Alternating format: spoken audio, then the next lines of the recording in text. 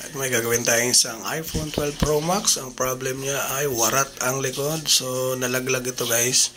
Ngayon paano ba natin pinapalitan yung back case ng wala tayong ginagamit na phone holder, yung walang humahawak sa kanya. So gagamitan lang natin ng tape kung paano natin gawa ng paraan. So para-paraan lang ito guys para mabaklas natin yung likod. So gagamit tayo ng hot air. Ang gamit natin ay 350 degrees tsaka 23 yung hangin. Alalay ang ginagamit dito guys. Alalay lang sa init kasi medyo masilan. Bago kayo magbakbakala, nakapatay mo na yung phone. So dito ay alalay ko lang na tinatanggal. Ito yung procedure guys na walang ginagamit na holder, yung humahawak sa unit. So tape lang ginamit natin para sa mga baguhan kung paano tanggalin para malaman kaagad ninyo. Hindi naman kailangan na kung walang kakayanan bumili ng holder, pwede naman tape gagamitin. Katulad tong ginagawa ko, ginamitan ko lang siya ng aluminum duct tape, tapos yun ang dinikit ko sa mga gilid. Tapos dahan-dahan na natin aangat yung mga basag-basag na glass. Papalitan natin to ng bago. So para sa iba na wala pang alam, kahit wala muna kayong pambiling holder, ang mahalaga kung meron kayong mga tape, yung aluminum duct tape kasi hindi yan nasusunog. So yun ang ginagamit natin para mabilis ninyo matanggal yung mga basag na glass. So malaking tulong na rin yan guys. Mas mura yan kaysa bumili kayo ng holder ng unit. Medyo may kamahalan kasi yung holder. So ito naman ay para sa mga low budget na katulad ko, wala akong budget. So ginamitan natin ng aluminum duct tape kasi hindi yan nasusunog. So dahan-dahan lang natin naangat itong bandang gitna kasi wireless charging siya. Pag napunit natin yan, naputol, hindi nagagana yung wireless charging. So pinaka-importante yan na iwasan ninyo na hindi mapunit. So dahan-dahan lang, huwag magmadali. Dahan-dahan lang, alalay-alalay hanggang sa matapos mo na siya. Yung ginagawa ko dito, yung iba nahihirapan sa pagtanggal ng ganito, pero yung ginagawa ko, simple lang talaga siya guys, hindi siya mahirap tanggalin. Kung matyaga lang kayo, medyo makunat lang talaga siya. Bago nyo matanggal yung glass, kailangan tapatan nyo muna ng hot air. So ginamit ko dito yung pinakamaliit na nozzle ng hot air. Ayan, para mainitan lang yung glass bago siya matanggal yung pangdikit. Ayan, alalay-alalay lang tayo. So ingatan natin yung mga importante guys kasi para hindi siya ma-damage. Yan, magnetic yan guys. Automatic charging yan pag dumikit sa wireless. Ayan, napakadali lang yang gawin.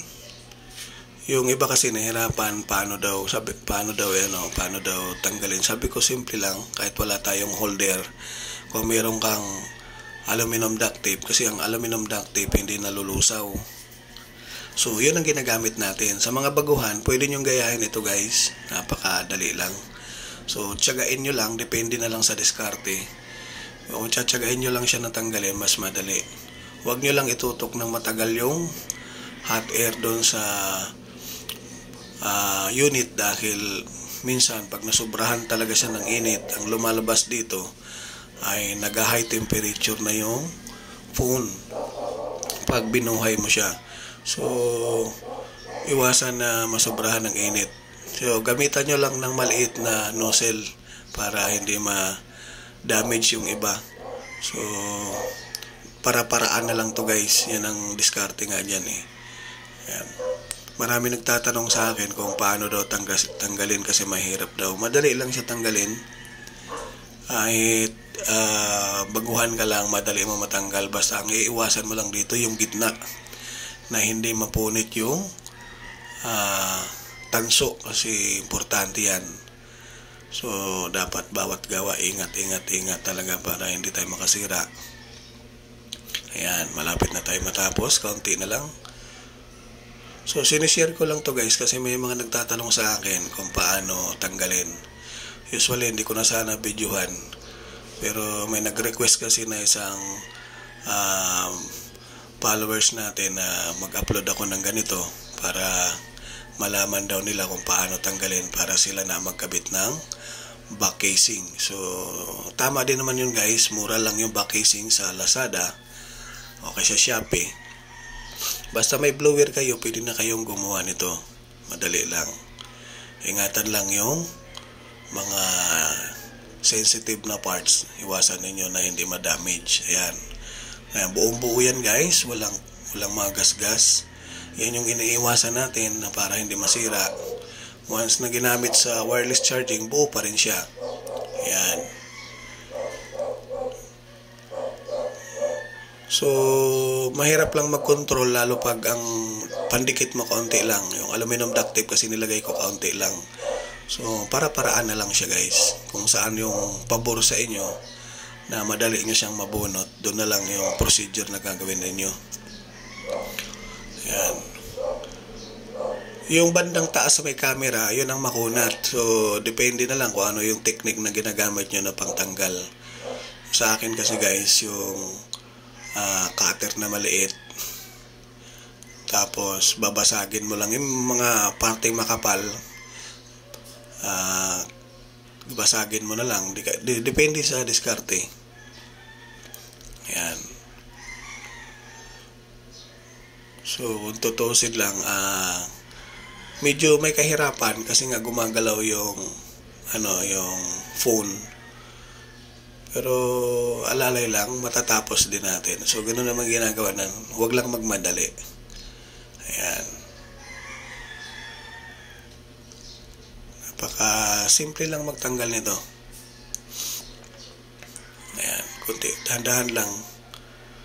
Yung init na ginagamit ko, pasundot-sundot lang siya guys para hindi natin masira yung mga ibang piyesa. Ayan, okay. Lapag na natin yung takip. Babaguhin natin yung likod, kulay puti ang lalagay natin. So, ganun lang siya kadali guys, hindi kayo mahirapan. Makunat lang dito yung bandang camera, yung kasi makapal yung glass na yan. Ayan lang, I hope na makatulong na naman sa mga bago nating kaibigan. Ayan, lalapag na natin.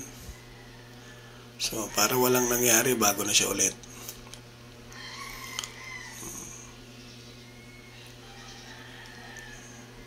Kulay puti kasi yung request ng may-ari. Sabi nung isang kakilala ko, paano na magtanggal ng back glass na wala siyang gamit na holder. Sabi ko, kahit tape lang naman yan, aluminum duct tape, tatanggal natin. So, nakita mo na kung paano ko ginawa, gayahin nyo na lang. Aluminum duct tape lang ginamit natin. So, natanggal natin. So, see you in the next video ulit guys. Maraming salamat. Thank you.